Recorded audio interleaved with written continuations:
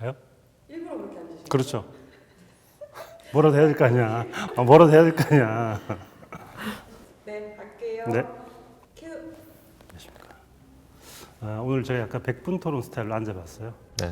잘 안 보이시겠지만 건방진 다리 스타일로. 들고 이렇게 보통 정치인들이 이런 식으로 앉아가지고 하나마나한 말들, 거짓말들 많이 하더라고. 아, 핵심이네요. 하나마나 말을 네. 한다는 게 중요하죠. 제가 정치인들을 만나서 인터뷰한 적 몇 번 있었는데 그분들은 어떤 공격을 해도 이른 자세로 철벽 방어하시더라고요. 그래서 정치인들은 어떤 교육을 받나 되게 궁금하다라는 생각을 했었는데 오늘 다룰 영화 보고 나니까 저러니까 저럴 수 있구나 라는 생각을 했습니다. 정치인들을 다룬 영화, 오늘 다룰 영화가 아담 맥케이 감독의 바이스입니다. 네. 딕 체니 대통령을 다루고 있는 영화고, 정치인의 화술하면 좋게 얘기하면 철벽 방어지만 나쁘게 얘기하면 하나마나한 얘기를 두루뭉실하게 네. 피해갈 수 있는 통로를 다 열어놓는. 흠잡히지 않을 말들만 골라서 그렇죠. 의미 없는 얘기들을 좋게 얘기하면 정론에 가까운 얘기들만 하고 있는 게 정치인 화술인데, 이 영화가 그거와도 상당히 좀 닮은 부분이 있는 것 같기도 해요. 전 이 아담 맥케이 감독의 전작을 워낙 재밌게 봐가지고 빅쇼트를 재밌게 봐가지고 이번 영화도 굉장히 기대를 하고 봤고 또 역시 전 만족했습니다. 네. 또 여기서부터 오늘 각을 세우고 들어가야 될 것 네. 같은데, 저도 굉장히 재밌게 봤고 좋은 영화라고 생각을 하고, 특히 약간 왜 백과사전식으로 많은 정보를 알려주잖아요. 네. 흥미롭게 인물을 재구성하면서 그런 부분 굉장히 좋았는데, 전작인 빅쇼트 같은 경우는 에드메케이 감독 특유의, 원래 코미디 작가이기도 했으니까 코미디의 톤과 위트와 내러티브를 연결시키는 방식과 인물들을 다 살려내는 방식, 그리고 특유의 교차 편집, 되게 정신없잖아요. 네. 그런 상황들이 정말 적절하게 잘 어우러진 딱 중간 균형을 맞추고 있다라는 생각이었다고 하면, 그걸 딱 인물 하나에 몰아놨을 때는 이번 영화는 조금 힘들었다라는 네. 생각이었어요. 제가 보기에는 평론가님과 제어의 약간 중간이 다른 것 같아. 그렇죠, 늘. 나는 이번에도 너무너무 적절하게 중간을 잘 맞췄다고 생각을 했는데 한쪽을 약간 치우쳤다고 생각을 하시는 거군요. 여기서도 나오는데, 원래 정치에서 혹은 뭐 그런 주관적인 기준의 중간은 늘 프레임 전쟁이잖아요. 그렇죠. 어디를 제일 왼쪽으로 오른쪽으로 설정할 건가의 문제인데, 이번 영화 같은 경우는 딕 체니 부통령으로 상징되는 미국의 어떤 정치적인 모순 이런 것들을 압축하려고 보니까 인물 하나의 그 스타일을 모아놨을 때 드는 좀 피곤함이 있었어요. 네, 하나하나 차근차근 각을 한번 세워보도록 하겠습니다.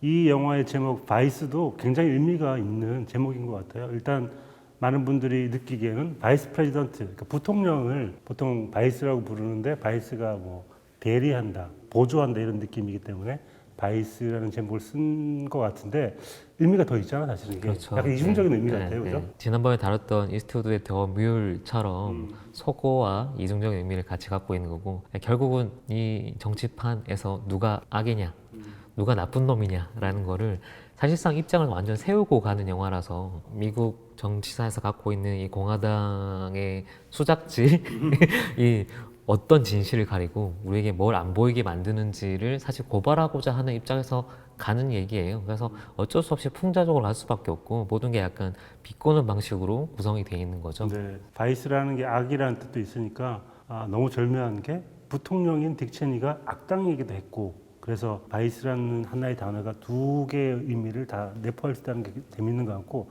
저는 바이스 하면 제일 먼저 떠오르는 건 저거거든요. 마이애미 바이스. 그렇죠. 옛날 사람은 네. 알 수 있는. 근데 바이스가 가지고 있는 굉장히 재미있는 그런 단어가 어쩌면 이 영화를 아우르는 그런 제목인 것 같습니다. 또 한편으로는 그게 사실상 딕 체니 부통령이 했던 행위들이 지금 역사적인 평가를 받고 있긴 하지만, 또 일각에서는 그걸 긍정적으로 보는 사람도 분명히 있을 거란 말이죠. 그게 존재하기 때문에 정치라는 게 기능을 하는 건데, 이 영화는 어쨌든 한쪽 입장에서 완전히 그렇죠. 이거를 시작을 하면 일단 전 너무 시작할 때 웃겼는데, 보통 이제 실화를 바탕으로 한 영화들은 이 이야기는 실화에 바탕을 하고 뭐 이런 얘기 하잖아요. 하다가 마지막에 갑자기 우리도 최선을 다했다라고 얘기를 해요.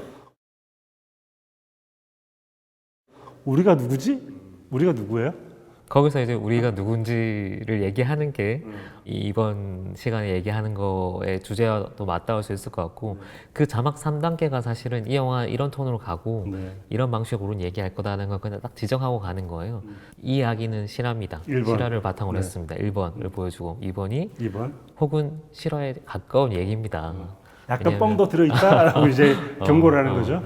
근데 여기 이제 하나 더 붙이는 거죠. 딕 체니는 워낙 비밀스러운 지조다였기 때문에 이게 그렇지. 실화만 가지고는 이야기를 꾸밀 수 없다는 불가능하다. 이야기, 알리바이를 얘기를 해주는 거죠. 워낙에 비밀스러운 알려지지 않은 이게 이제 아마 딕 체니 부통령의 가장 큰 특징, 정치적인 속성인 것 같아요.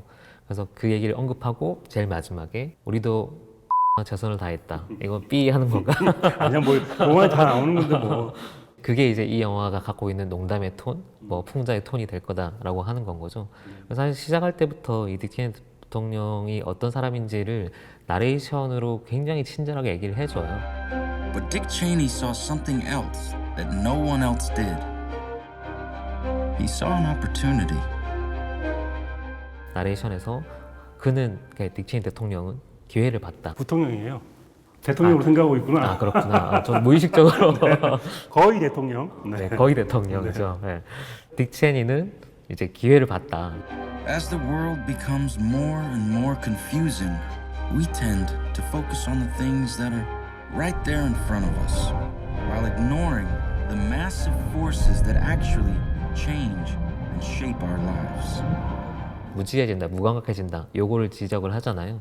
그게 딕 체니라는 사람의 정치 인생 혹은 정치 철학이었고 우리가 이 영화를 통해서 다시 한번 그 사람을 조명하고 좀 되새김해 봐야 되는 이유, 근거이기도 한 거죠. 그래서 저는 마지막에 이 하지만 우리도 최선을 다했다라는 이 문장이 굉장히 의미심장한 게 하지만 버트가 들어있고 우리는 누구인가 그리고 최선을 다했다고 했는데 뭘 최선을 다했다는 거지? 딕 체니의 비밀을 파헤치기 위해 최선을 다한 건지 아니면 딕 체니에게 맞서 싸우기 위해서 최선을 다했다는 건지 모르겠지만 최선을 다했다라고 이제 얘기를 하는 거잖아요. 그래서 시작부터 뭔가 감독이 선전포고를 하고 들어가는 것 같은 느낌 같은 게 있어서 이 영화는 딕 체니를 중립적으로 바라보는 영화가 아닐 것이다라는 경고라는 생각이 들기도 하더라고요. 근데 영화가 그려내는 방식은 풍자나 농담 이 톤을 가지고 가야 되기 때문에 또 노골적으로 선동적으로 가진 않아요. 어느 정도는 이 인물이 누군지 어떻게 이런 사상을 가졌고 어떻게 이런 행동을 할 수밖에 없었는지에 대한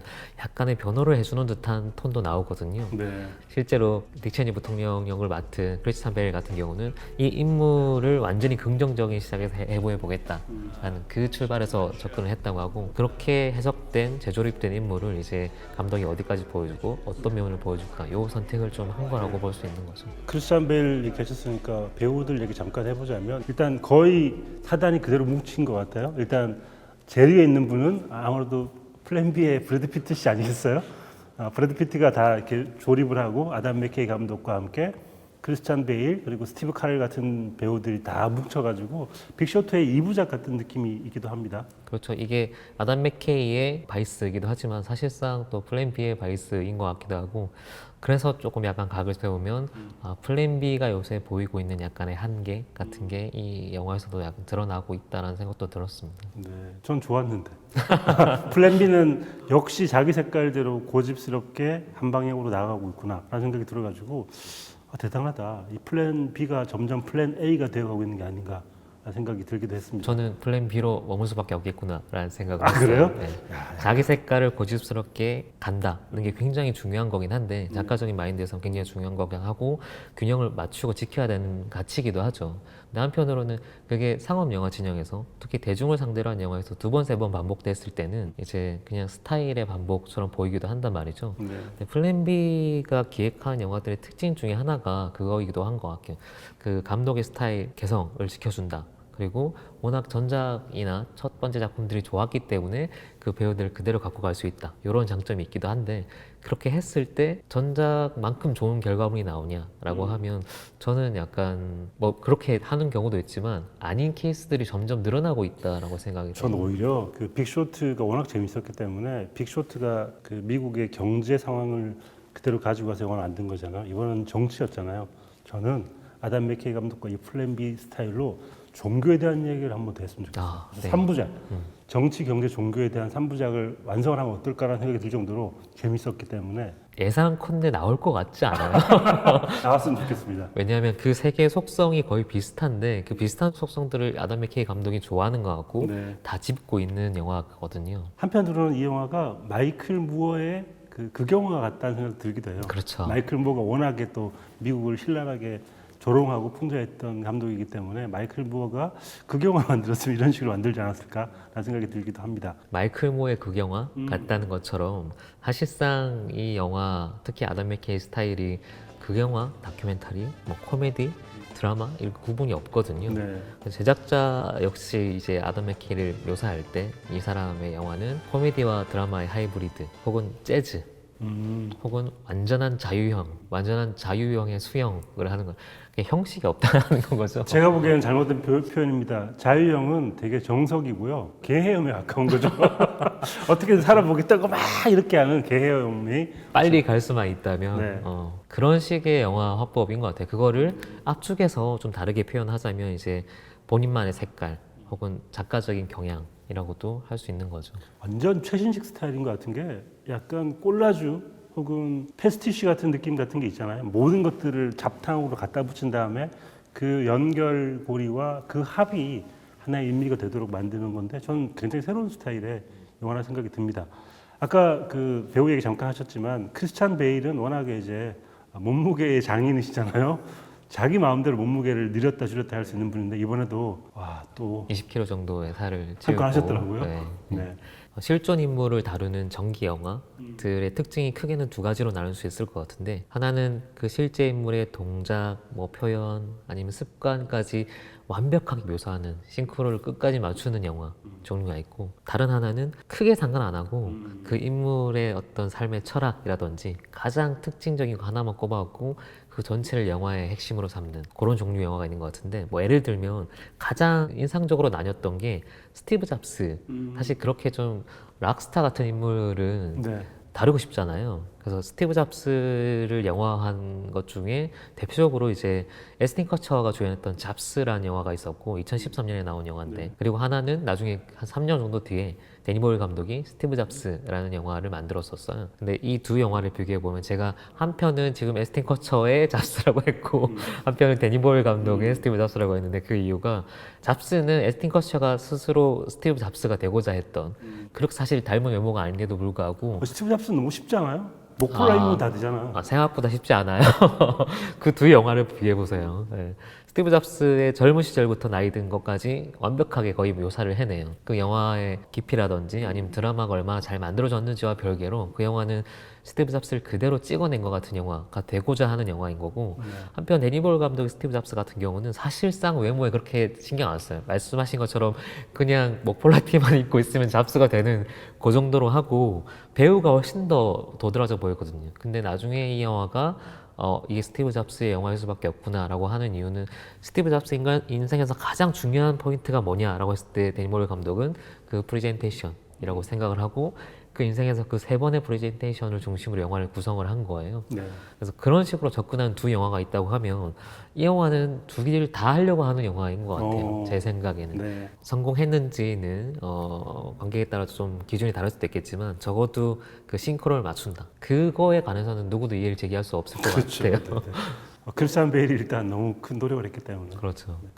나머지 인물들도 조지 부시로 나오는 너무 똑같은데요? 샘 로겔이 조지 부시와 얼마나 닮았을까 싶었는데 이 약간 미간을 찡그리면서 말하는 거나 약간 장난스럽게 제스처를 취하는 거나 다리 올리고 이렇게 먹으면서 얘기하는 데는 똑같더라고요. 네, 저는 그 샘 레고엘은 정말 완전히 싱크로를 다 맞춘 것 같은데 사실 더 흥미로웠던 캐릭터는 스티브 카렐이 했던 럼스펠드 장관이었어요. 네.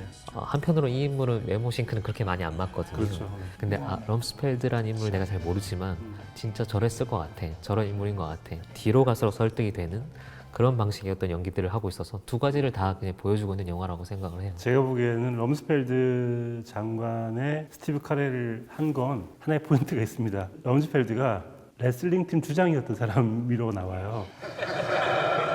Donald Rumsfeld was the former captain of the Princeton wrestling team. And 바로 딱 보는 순간 폭스캐쳐 폭스캐치에서 레슬링팀 주장이었던 스티브 카렐을 가져온 게 아닌가라고 생각을 하게 되는 장난스러운 포인트도 있었던 것 같습니다. 그런 포인트들을 아는 사람 혹은 이렇게 사실 스티븐 칼을 좋아하는 사람을 읽을 수밖에 없게 만들어 놓은 거고 그게 일종의 이 영화가 갖고 있는 농담인 것 같고 보통 미국 정치에서 첫 번째 파트너가 자기 배우자인 네. 거잖아요. 네. 그 린 체니 같은 경우는 딕 체니가 가지지 못했던 재능을 가지고 있는 인물로 나오고 그 소설가야. 소설도 썼기 때문에 소설에서도 굉장히 자기 현실의 것들을 많이 풍자하기도 했기 때문에 소설가들은 또 약간 팔이 안으로 굽는다고 좋아할 수 없게 만드는 캐릭터들이죠. 네. 약간 선동하고 대중을 향한 목소리를 낼 수 있는 사람으로 나오는데 저는 이 인물이 굉장히 재밌는 위치에 있다고 느낀 게 결국 그 딕 체니에게 동기부여를 하는 이유는 여성은 그걸 할 수 없다라는 시대적인 상황을 얘기하는 거잖아요. 나는 그걸 하고 싶지만 할 수 없는 상황이니까 네가 나를 해야 만들어줘야 돼. I can't go to a big Ivy League school and I can't run a company or be mayor. That's just the way the world is for a girl. I need you. 적극적으로 내조하는 여성이라는 그 위치 자기가 포지셔닝을 하는 거잖아요. 근데 본인도 약간 그 스스로의 모순을 갖고 있다는 걸 알고 있는 것 같기도 하고 어쩌면 그게 약간 이 인물의 딜레마를 보여주는 것 같다라고 착각일 수도 있지만 착각할 수 있게 만들어주는 거는 에이미 아담스라는 배우의 연기력, 존재력, 존재감 때문이 아닌가 싶기도 합니다. 그러니까 린 체니와 딕 체니 중에 누가 더 초반에 야망이 컸는가? 린 체니가 훨씬 컸던 것 같아요. 세상에 자기 목소리를 내고 싶어하는 야망, 뭐 군림하고 싶어하는 야망 같은 게 훨씬 컸는데 딕 체니도 린 체니를 따라 하다 보니까 어떤 식으로 권력을 획득할 수 있고 어떤 식으로 권력을 활용할 수 있는지를 알게 되는 거죠. 그런 측면에서 둘이 굉장히 상부상조하면서 잘 나갔던 것 같고 저는 되게 재미있는 대사가 있잖아요. 그 린 체니가 이제 딕을 대신해가지고 연설하는 장면에서 그 브레이저 얘기를 하면서 You know, I went to New York City. Women in New York City are burning their bras. Well, you know what women in Wyoming do with our bras? We wear them. 그 태도 같은 것들이 어쩌면 린 체니를 잘 보여주는 그런 연설에서의 내용들이 그를 설명해주는 그런 태도였던 것 같더라고요. 딕 체니의 가장 행동 동기가 뭐냐라고 하면 개인적인 인물로서의 딕 체니의 행동 동기는 결국 아내로부터 인정에 가까웠던 것 같고 그래서 아까 제가 두 가지 스타일이 있다고 했잖아요. 네. 이를테면 데니 보일 스타일의 스티브 잡스라고 하면 스티브 잡스의 가장 빛나는 순간이 프레젠테이션 하는 거였고 그 스타일 하는 방식이 스티브 잡스의 어떤 정신이나 성격들을 드러내는 그런 방식의 구성이었는데 이 영화도 한편으로는 그런 핵심 코드를 영화 전체의 스타일 혹은 장면화시키고 있거든요. 네. 약간의 과장을 보태서 예를 들면 소셜 네트워크란 영화가 마크 주커버그의 페이스북이 어떻게 만들어졌는지를 그리고 있는 영화인데 그 영화의 오프닝을 보면 마크 주커버그가 어떤 사람인지를 보여주는 동시에 사실상 그거는 한 사람의 개인의 성격이라기보다는 페이스북으로 상징되는 이 SNS가 어떤 식으로 작동하고 기능하고 우리에게 받아들여지는지를 그냥 장면화시킨 거예요. 그래서 소셜 네트워크 오프닝을 보면 정신없이 말이 쏟아지잖아요. 네. 약간 대화의 향연이죠. 네. 불안 증세를 가지고 있는 집중하지 못하는 아이가 이 말 했다가 저 말 했다가 하는 것처럼 근데 그게 사실상 실제로 마크 주커버그의 대화법은 아니겠죠 당연히 네. 하지만 그 장면에 넣었을 때는 인물의 캐릭터와 이 페이스북 캐릭터와 같이 묶이면서 이게 이 저 사람의 캐릭터인 건 그냥 착각하게 만드는 건데 이 영화에서 그런 처음에 오프닝에서 보여주는 일련의 연출들 딱 한 시커스만 잘라서 보면 그 보여주는 방식이 사실은 딕 체니가 누군지를 압축하고 있는 거기도 하고 혹은 딕 체니로 상징되는 미국 공화당의 정치 메커니즘이 뭔지를 얘기하고 싶어 하는 것 같거든요. 네. 그래서 제가 약간 질문을 먼저 좀 드리면 이 영화를 보고 나서 작가님은 딕 체니가 어떤 사람인가 정리가 좀 되셨나요? 딕 체니 음주운전 2번 한 사람. 원래 이 마이클 부어가 지적했듯이 딕 체니는 음주운전 2번이 굉장히 인생의 치명적인 결함으로 묘사가 되어 있고 첫 장면이 뭐냐면 술 마시고 소리를 고래고래 지르는 장면으로 시작을 하잖아요. 어쩌면 딕 체니가 가지고 있는 기본적인 결함은 컴플렉스인 것 같아요. 2인자라는 컴플렉스. 그리고 대학을 예일대를 간 것도 사실 여자친구인 린이 도와줘서 간 것이고 부통령이 된 것도 마찬가지고 작은 결함들이 자기의 컴플렉스였기 때문에 그 컴플렉스를 어떻게 안고 사는가라는 어쩌면 약간 셰익스피어 극의 한 인물인 것 같은 느낌의 그 인물이 어쩌면 딕 체니가 아닐까? 라는 생각이 들더라고요 저는. 저는 영화 보면서 말씀하신 거 정반대라고 생각했거든요. 보통의 상승지향의 인물은 그게 컴플렉스가 있어서 내가 극복을 하거나 다른 방식으로 그걸 돌파를 하려고 하는데 이 사람은 그런 거에 대한 뭐 결핍, 컴플렉스를 근본적으로 가지고 있나? 약간 의문시 되는 거예요. 저도 이 영화 보고 나서 제일 처음에 드는 생각은 그래서 딕 체니가 어떤 사람이지?를 모르겠어요. 이 영화가 명확하게 이 인물은 어떤 인물이다라고 성격 캐릭터를 지정해 주지 않아요. 친절한 것 같기도 하면서 중요한 순간에는 입을 다물고 네. 표정이 사실 잘 안 드러나죠. 딕 체니 같은 경우는. 그게 이제 정치인으로서 미덕이라고는 하지만 영화 전체가 이 인물을 그려내는 방식도 마찬가지로 결정적인 순간에 발을 빼는 굉장히 많은 상징과 낚시질을 하고 있지만 그래서 딕 체니는 어떤 사람이고 이런 행동을 할 수밖에 없었다라는 얘기는 하지 않는 것 같거든요. 그래서 저는 이 바이스라는 영화가 전기 영화라는 생각은 들지 않거든요. 바이스가 악이라는 상징, 범행이라는 뜻으로 쓰인다면 이 영화는 미국이라는 나라가 저질렀던 범행의 범죄자들을 보여주는 영화라고 생각이 들기 때문에 하나의 전기 영화라기보다는 역사를 그냥 보여주는 영화인데 딕 체니가 중심 인물이다 정도로만 파악이 되더라고요. 네네. 그래서 사실 이 영화에서 제일 많이 보이는 스타일 중에 하나가 교차 편집이고 그 교차 편집을 전작인 빅쇼트에서는 인물들끼리의 상황의 교차 편집 어디까지나 재현된 인물들끼리 섞는 거였는데 이번에는 실제 사진들을 꽤 많이 쓰잖아요. 그렇죠. 그리고 실제 사진 쓸 때도 공화당 지지자들,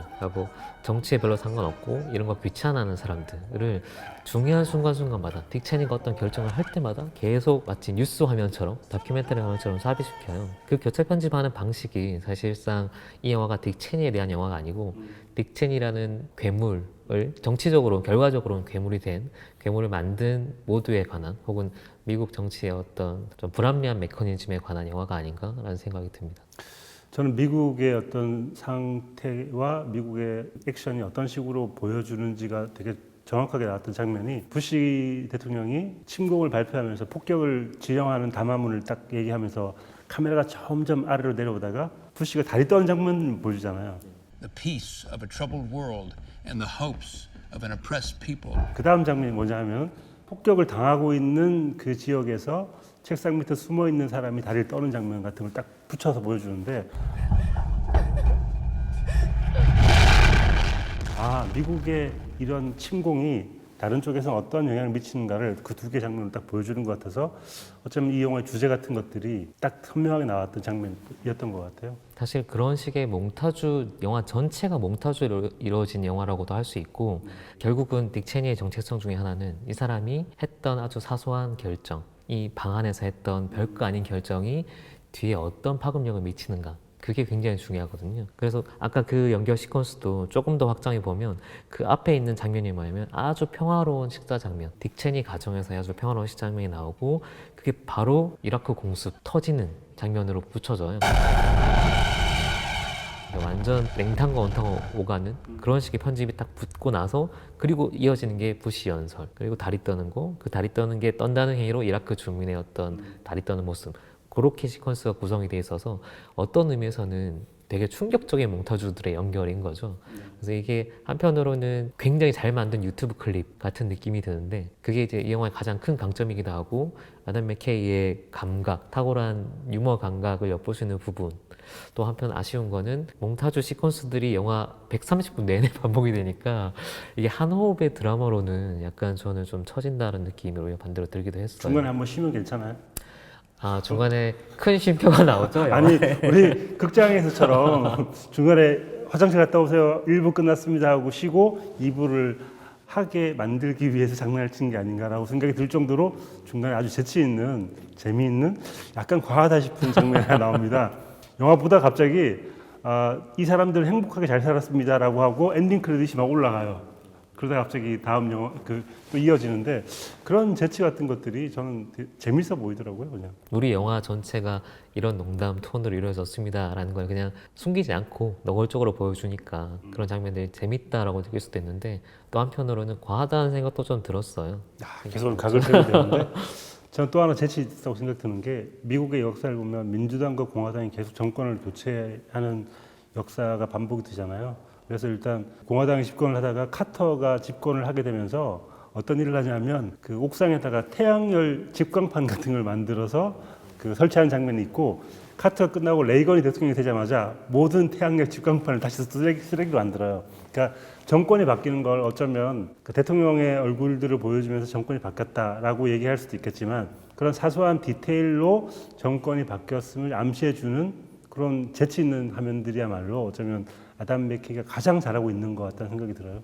어쨌든 저는 영화를 볼 땐 중요한 건 기둥인데 결국 이 영화는 딕 체니가 기둥 역할을 해줘야 되거든요. 그래서 그런 드라마들을 꽤 넣어놨어요. 말씀하신 딕 체니의 성장담이라고 본다면 잘못된 방향의 성장이긴 하지만 그걸 너무 노골적으로 계속 반복하고 있긴 하지만 어쨌든 성장담이라고 본다면 이 사람이 뭔가를 깨닫는 딱 되게 중요한 순간이 이제 럼스펠트 보좌관으로 들어가서 닉슨과 키신저의 대화를 이제 하러 들어가고 이 라이벌이었던 럼스펠트 같은 경우는 막 밖에서 이제 투덜대잖아요. 투덜대면서 얘기를 해주는 거죠. 며칠 뒤에 이제 캄보디아 폭격할 거야. 쟤들 얘기 때문에. 그래서 세계가 이런 식으로 어떻게든 달라지겠지. 그 얘기를 아주 건조하게 하고 그때 영화에 아주 서정적인 음악이 깔고 캄보디아 어린이들의 장면이 교차 편집으로 삽입이 되는 거죠. 그렇게 되는 게 여기서 얘기했던 게 저기서 그렇게 일어난다는 걸 노골적으로 보여주고 그게 여기 이 방에 있는 남자들에겐 혹은 딕 체니라는 인물에게는 뭐랄까요 정치인으로서의 꿈과 환상인 거예요. 아 이게 이런 힘을 가지고 힘이 있구나 라는 걸 확인한 거죠. 그래서 딕 체니가 물어보죠. 거기에 아마 이 영화에서 유일하게 물어본 순간인데 왜냐면 앞에 딕 체니는 장점이 뭐였냐면 입 다물고 있고 시키는 대로 하고 충직함 요 세 가지를 가지고 있는 의문을 갖지 않는 사람이었는데 처음이자 마지막으로 질문해요. 그래서 우리의 신념이 뭔가요? 그때 럼즈펠드가 그렇게 얘기하죠. 신념이 뭐냐고? 웃기고 있네, 럼즈. 네. What do we believe? 그게 이 정치의 핵심인 것 같고 딕 체니란 정치인이 각성하는 순간인 것 같아요. 물론 잘못된 각성이긴 하지만 신념, 방향, 정치가 그런 걸 판단한다고 생각했는데 그런 거 없다는 걸 깨닫고 중요한 건 오로지 힘이란 상태만 남아있는 그래서 그 힘만 내가 그럼 이 힘을 어떻게 획득할까 내가 여기서 아주 사소한 걸 했을 때 전 세계에서 어떤 일이 일어난다는 거를 알게 된 거잖아요. 그걸 어떻게 획득할까만 혈안이 되는 사람이 되는 건 거죠. 저는 그게 감독의 어떤 대답 같아요. 송경훈 평론가의 질문에 대한 감독의 대답. 영화는 기둥 같은 게 있어야 되지 않아요? 너무 편집과 편집의 짧은 영상으로 이루어지지 않았어요? 라고 물어보면 감독이 그렇게 얘기하는 거죠. 기둥? 웃기고 있네. 우리 영화는 기둥 같은 거 없어. 그냥 이렇게 영화가 이루어져 있는 거야. 그냥 보고 즐겨라고 보고 생각해라고 얘기하는 게 어쩌면 스티브 카렐의 대답이 아닌가라는 생각이 듭니다. 한편으로는 이 영화가 그게 본인이 없다는 걸 너무 잘 알기 때문에 그럼요. 감독이 어쩌면 그걸 알고 있기 때문에 이 영화가 너무 산만할 거다 혹은 따라오기 힘들 거다라고 생각을 해서 왜냐면 영화 전체가 거대한 교차 편집과 몽타주의 그냥 부침들이거든요. 그래서 가이드를 세워놓죠. 그게 이제 내레이터 영화에 나오는 아, 그렇죠. 내가 누구지를 제일 마지막에 알려주죠. 여기 사실은 보통 이런 정치 영화 혹은 역사 영화를 보면 보통 그렇게 얘기하잖아요. 역사가 스포일러인데 하지만 이 영화에 말할 수 없는 스포일러가 있습니다. 이 영화의 전체를 나레이션을 하고 있는 그 사람은 누구지? 마지막에 밝혀지는데 저는 굉장히 좋은 장치였다는 생각이 들어요. 네, 그 장치 앞뒤로 배치한 거는 이제 소설적인 형식에 거의 가까운 것 같은 이 화자 자체가 되게 중요한 메시지가 되는 장치였는데 그 나레이터가 첫 등장하는 장면이 나와요. 그러니까 얘기를 계속 해주다가 갑자기 나오죠. 전지적 화자처럼 이제 내가 궁금해졌을 거야 라고 내가라는 말을 하기 시작하는 시점이 있거든요. 그 시점도 이 영화에서는 되게 정확한 타이밍이고 중요해요. 실제로 저도 영화를 보다가 내가 딱 궁금해지는 타이밍 중에 그 얘기를 해요. 이제 날 소개하지라고 하고 자기 이름을 소개하면서 그 다음에 나의 진짜 정체는 나중에 밝힐게. 그 얘기를 하는데 그 나레이터가 그 말을 하는 타이밍이 사실상 딕 체니가 가장 솔직하게 자기를 드러내는 타이밍. 전기 영화로서는 제일 중요한 타이밍이고 이 다음부터 이제 표정이 없어지는 무표정한 사람이 돼버리는데 그게 언제냐면 처음으로 딕 체니가 자기 첫 사무실을 획득하는 그 씬 바로 앞에 붙어 있어요. 네. 그게 사실 이 영화에서 딕 체니라는 개인 인물로 놓고 보면 제일 중요한 거고 이 인물의 상승 지향은 어디까지냐면 제가 볼 때는 그 방이에요. 그 방이 이 인물의 최종 종착지인 것 같아요. 혹은 이 인물로 상징되는 공화당 정치인들 뒤에서 이제 뭘 하는 사람들의 최종 종착지. 그래서 첫 사무실 획득하고 아내에게 너무 좋아서 전화를 걸잖아요. 아내가 너무 칭찬을 하고 근데 그 방이 아무것도 없는 텅 빈 회관방이에요. 초록색 조명이 담긴. 근데 그 초록색 벽지와 창백한 조명 그리고 텅 비고 아무것도 없는 회관방 요 상태가 어쩌면 딕 체니라는 정치인의 본질이 아닌가? 이 방에서 일어난 일로 되게 큰 힘을 가질 수 있구나. 그러니까 딕 체니는 방에 집착했던 인물이고 자기 방을 갖는 게 소원이었기 때문에 부통령이 되고 나서 제일 먼저 했던 일은 각 지역의 지구별로 자기 방을 만드는 거잖아요.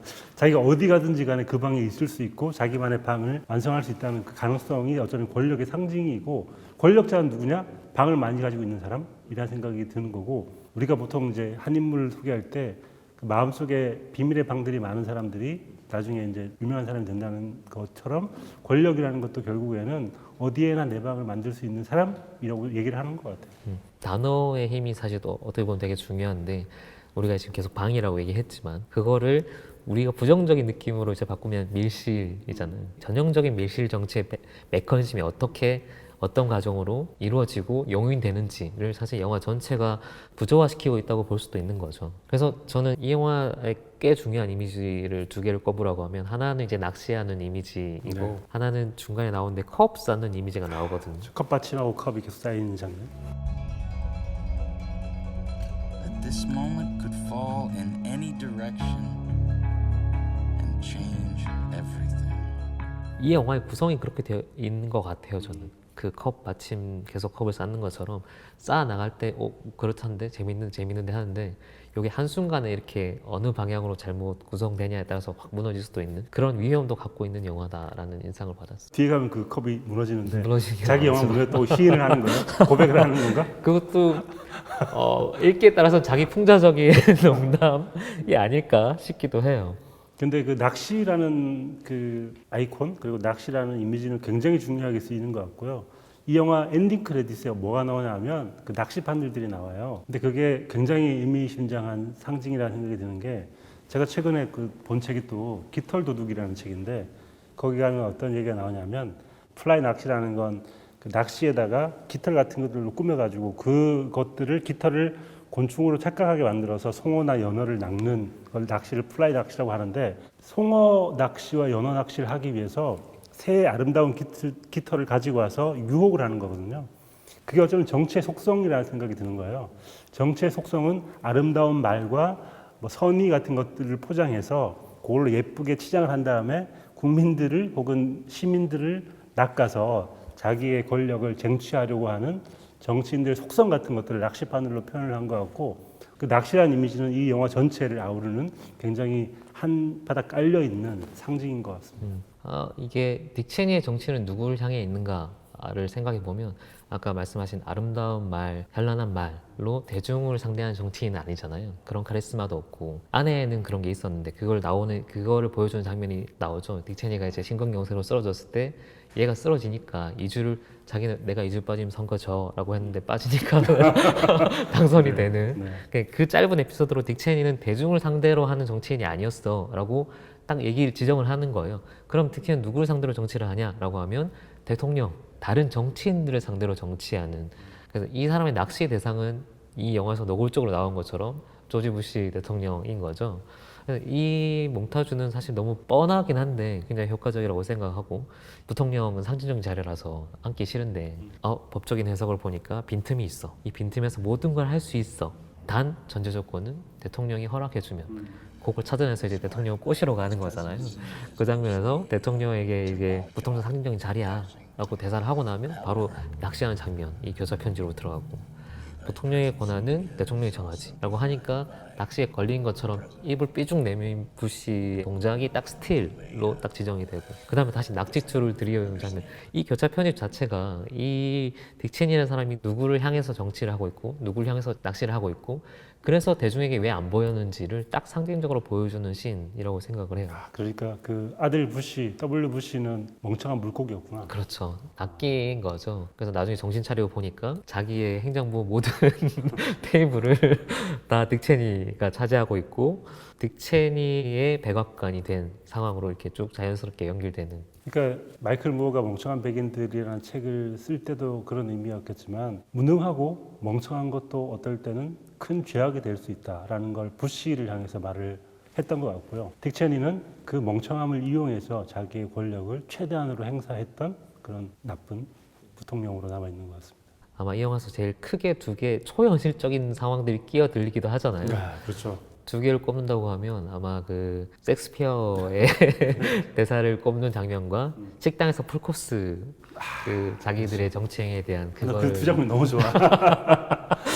아 저는 그 두 장면이 잘 이해가 안 됐거든요. 네. 저는 둘이서 노래 안 부르는 게 신기할 정도로 갑자기 뮤지컬로 해도 될 것 같은 네, 이상한 네. 장면이었고 그 장엄한 대사 톤이 가지고 있는 희극적인 게 있잖아요. 우리가 비웃게 되는 그런 톤을 좀 약간 꾸며내고 싶기 때문에 그런 극을 설정한 게 아닌가라는 생각이 들더라고요. 그 장면 이 영화 내내 딕 체니가 뭐 하는 사람이지 무슨 생각을 한 사람이지를 한 번도 안 보여주다가 노골적으로 개인적인 어떤 욕망 같은 걸 드러낸 장면이 아닌가 싶기도 하고 아, 되게 그 청결하더라고요. 입 닦고 나서 각을 굉장히 오래 하고 보면 저렇게 청결했으니까 오랫동안 정치 권력을 유지할 수 있지 않았을까라는 생각을 하게 되기도 했습니다. 저렇게 자기 관리가 철저한데 왜 심근경색에 계속 시달리고 있을까라는 심근경색 기다리기 때문에 관리를 한 게 아닐까? 또 하나의 이제 완전 초현실적인 장면이 그 식당에서의 풀코스 요리 설명해주는 And also, we have a very fresh and delicious War Powers Act interpretation. We have the fact that under the unitary executive theory, if the president does anything, it must be legal. Which, of course, means you can do whatever the fuck you want. So, gentlemen, which would you like? We'll have more.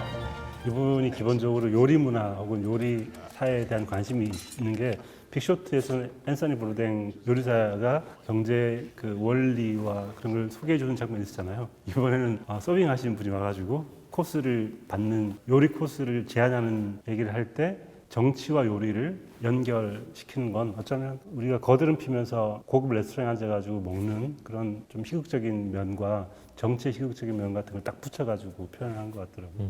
저는 갑자기 거기서 웨이터가 그걸 막 대사로 쏟아내면서 그 얘기 위약적으로 그 얘기들을 듣고 있잖아요. 기쁜 듯이. 그 장면이 좀 한편으로는 너무 재밌다 환상 끼어드는 그 순간이 이 영화의 비유를 하자면 약간 심장 같은 순간인 것 같고 또 개인적인 느낌으로는 그 장면이 딱딱 나오는 순간 쌓아놨던 커피잔이 쏟아지는 것 같은 느낌. 어떻게 하려고 하는 거지? 뭐 내가 어디까지 나보고 하라고 하는 거지? 라는 생각도 좀 드는 영화였어요. 딕 체니가 마지막에 엔딩 장면에서 인터뷰하는 장면 나오죠. 그 장면에서 딕 체니가 그 인터뷰한테 무슨 얘기를 하냐면 당신들의 비난이 느껴집니다. 감독 얘기야. 사랑받고 싶었다면 영화 배우가 됐어야죠 라는 얘기를 하는데 그런 식으로 사랑받고 싶었다면 클래식한 영화를 만들었어야죠. 난 그런 감독이 되고 싶지 않았고 당신들의 비난을 감수하는 영화를 만들고 싶었다는 게 어쩌면 딕 체니가 카메라를 향해서 얘기하는 게 감독의 얘기처럼 들리기도 합니다. 이 영화가 지금 시점에 나온 게 또 의미가 있잖아요. 네. 트럼프 대통령이 늘 얘기하는 레이건 대통령이 했다는 아메리칸 그레이트 어게인 그대로 지금 나오고 있는 상황이니까 그걸 향한 좀 나를 세우고 있는 영화라고 보여지는데 뭐가 제일 지금 얘기하고 있는 거네? 라고 느껴지는 그 영화 전체가 그렇지 않아요? 영화 전체가 뭐 말하자면 마이클 무어가 멍청한 백인들을 썼을 때 그 책은 조지 W 부시에게 보내는 편지 같은 거였다면 이 전체 영화는 이 아담 맥케이 감독과 브래드 피트가 트럼프에게 보내는 공개 영상? 말하자면 이렇게 화면 보고 보내는 영상 같은 느낌이 있잖아요. 그렇죠. 네. 저는 어떤 부분에서 그 느낌을 받았냐면 폭스뉴스 어떻게 만들어졌는지를 알려주잖아요. 사실 잘 몰랐거든요. 네. 이런 맥락에서 정권의 대변인 역할을 하기 위해서 왜냐하면 이 딕 체니라는 사람은 자기가 스피커를 할 수 있는 능력이 없기 때문에 다른 스피커를 만든 거예요. 그런 목적으로 만들어지고 폭스뉴스라는 스피커가 나오면서 이런 정치인들은 뒤에서 은폐하면서 자기 영역을 구축할 수 있구나. 요 메커니즘이 이때 만들어졌구나 라고 그냥 알게 됐어요. 이 영화를 보면서. 또 한편으로는 이 아담 맥케이 감독이 이 영화가 트럼프 시대 혹은 트럼프의 어떤 정치적인 상황과 어떻게 연결되는지에 대한 질문을 워낙 많이 받으니까 인터뷰하면서 자주 했던 얘기가 트럼프가 지금 하고 있는 거를 악행으로 치면 이를테면 딕 체니나 부시 근처에도 못 갔다. 훨씬 더 심하고 거리낌 없이 하고 있는 사람이었는데 지금은 오히려 대외 활동을 아무 죄책감 없이 하고 있다.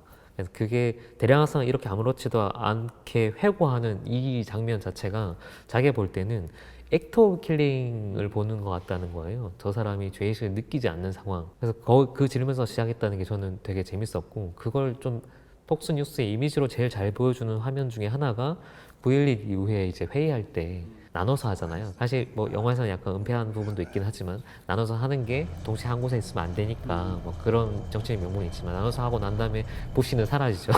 부시는 아무것도 할 수 없는 상황이고 이 사람이 다 모든 걸 주도하는데 이 사람이 주도할 때 화상회의하는 장면의 어떤 방식들, 그걸 찍는 장면이 미디어가 정치인들을 찍고 있는, 보여주는 장면인 것 같기도 하고, 아까 작가님 말씀하신 제일 마지막 엔딩 장면에서 갑자기 관객의 말을 거는 장면 같기도 하고, 그 장면이 꽤 저는 재밌게 느껴졌어요.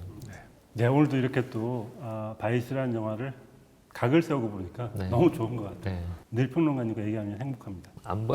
진심이세요? 진심. 약간 분노가 느껴지죠. 아니요, 다른 의견과 이렇게 얘기를 한다는 건 정말 재밌는 일이죠. 네. 저도 개인적으로는 좋아하는 영화는 그런 것 같아요. 누구나 봐도 다 좋다, 재밌다. 이거는 사실 굳이 제가 할 말이 없잖아요. 아, 그런가 보다 하는데, 이렇게 약간 의견이 갈리고 똑같은 걸 근거로 해서 좋다, 나쁘다, 혹은 나는 재밌었다, 재미없다 갈리는 영화들이 좀 많은 것들을 보여주게 하는 것 같고, 이 영화는 그 행간을 좀 적극적으로 읽어 나갈 필요가 있는 영화 중에 한 편인 것 같긴 합니다. 한편으로는 제가 약간 오늘 바이스라는 영화 약간 과하다고 말씀하셨는데, 에드거 라이트 영화 중에 좋아하시는 영화 있잖아요. 제일 좋아하시는 영화. 아, 게임 스콧 필그림, 그리고 좋아하시잖아요. 스콧 필그림 대 더 월드를 그렇죠. 정말 과한 영화의 표본이잖아. 과하다는 거에 질이 달라요. 종류의 색깔이 다른 과함이에요. 이 영화는 아까 처음에도 얘기했지만 특정 장르로 틀을 넣을 수 없는, 굳이 얘기하면 오히려 작가색이 훨씬 더 강한 영화인 것 같고, 아담 맥케이라는 사람이 만들어낸 어떤 스타일인 것 같아요. 어떤 한 사람이 뭔가를 너무 사랑하는 게 보이면 그걸 표현하기가 너무 쉽지가 않죠. 내가 훨씬 더 좋아하는 게 티가 나니까. 네. 네, 이제 100분 토론으로 다시 돌아가가지고 오늘 이렇게 얘기해 보니까 재밌었던 것 같고요. 다음 시간에 또 뵙도록 하겠습니다. 네. 전 다리 꽈야 되나? 네, 그렇습니다. 수고하셨습니다.